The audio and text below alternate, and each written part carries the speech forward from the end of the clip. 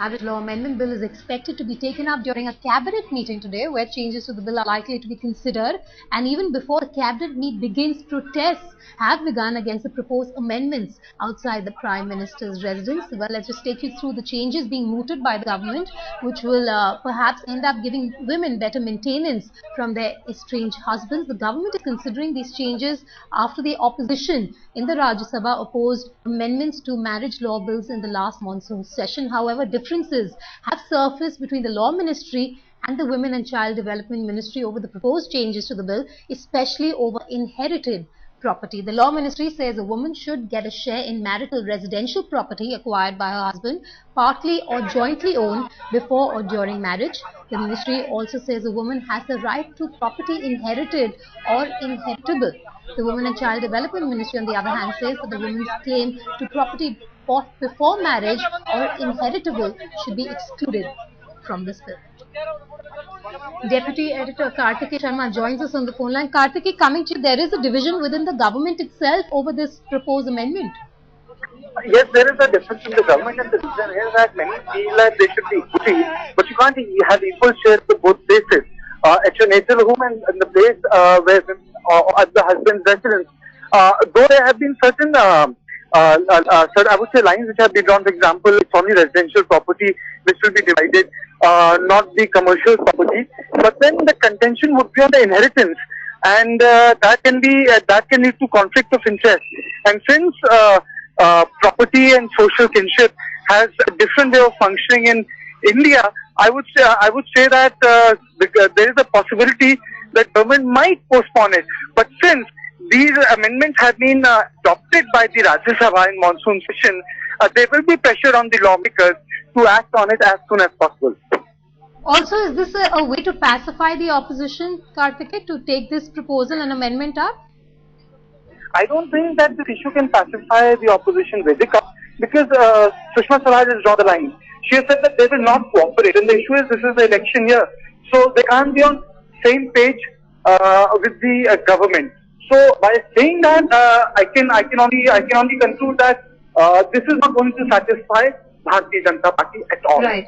Also, Kartikeya, there are a lot of practical difficulties in implementing the proposed amendments to this law. Not only practical difficulties, but since our property laws are very varied, yes, and depend on community to community, the heterogeneity or the fact of heterogeneity in India has to be accommodated by a law. So you cannot have a universal law in terms of inheritance. There are a lot of communities in Northeast India which are already matrilineal. So the rules of the game are different there. So that has to be accommodated. For example, even Tarabad are very matrilineal. So these are the issues which need accommodation in our present legal structure, or the one which gets amended today. Also, there needs to be a consensus soon, Kartikeya, within the government itself over the amendments that we're talking about. See, Law Ministry and Ministry for Women and Child Welfare had differing views on this issue. The present cabinet will have to reconcile those differences. And unless and until those differences are reconciled, this will not be passed.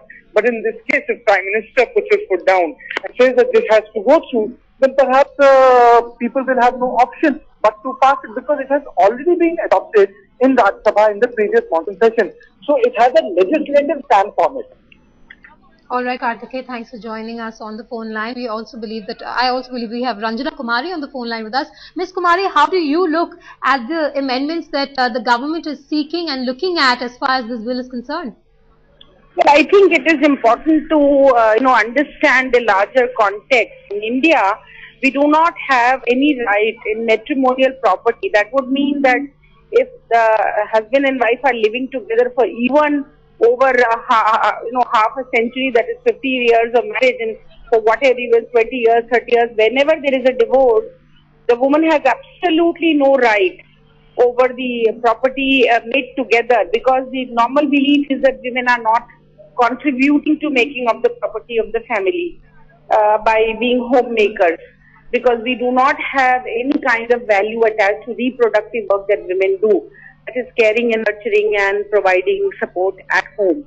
So in that sense, I think it's very important to consider side of the problem.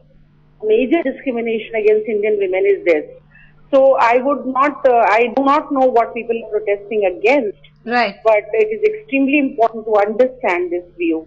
Ms. Kumar, do stay on the phone line with me. We also have Ms. Jyoti Tiwari, President, All India Forgotten Women Association, joining us in the studio. Ms. Jyoti, coming to you, my first question to you is, what is your stand as far as dividing marital property post-divorce is concerned, equitably between women and men? Because you're seeing protests taking place where a lot of them protesters are saying that the advantage lies with the women if this is passed. Absolutely.